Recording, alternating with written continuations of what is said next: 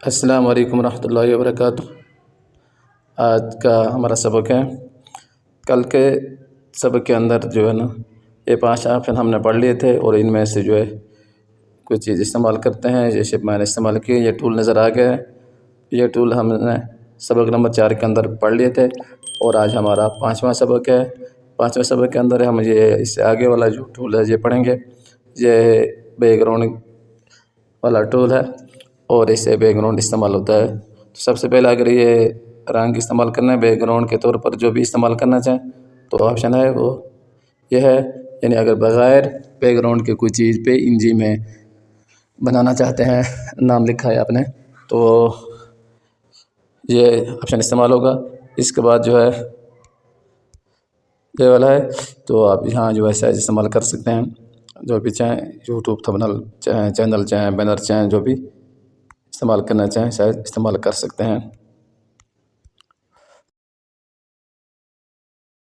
इसके बाद ये वाला ऑप्शन है, पिक्सेल लैब के अंदर जो बैकग्राउंड है वो ये है। इनमें से जो भी इस्तेमाल करना चाहें तो इस्तेमाल कर सकते हैं।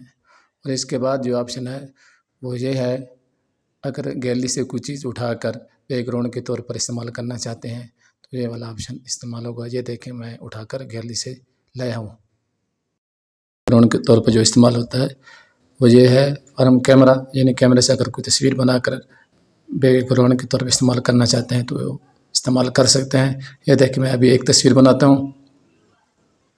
ये देखें, ये आ गई तस्वीर। और ये देखें, ये आ गई, ये देखें। और यहाँ जो है साइज कम करना चाहते हैं तो इसके साथ आप कर सकते हैं ये।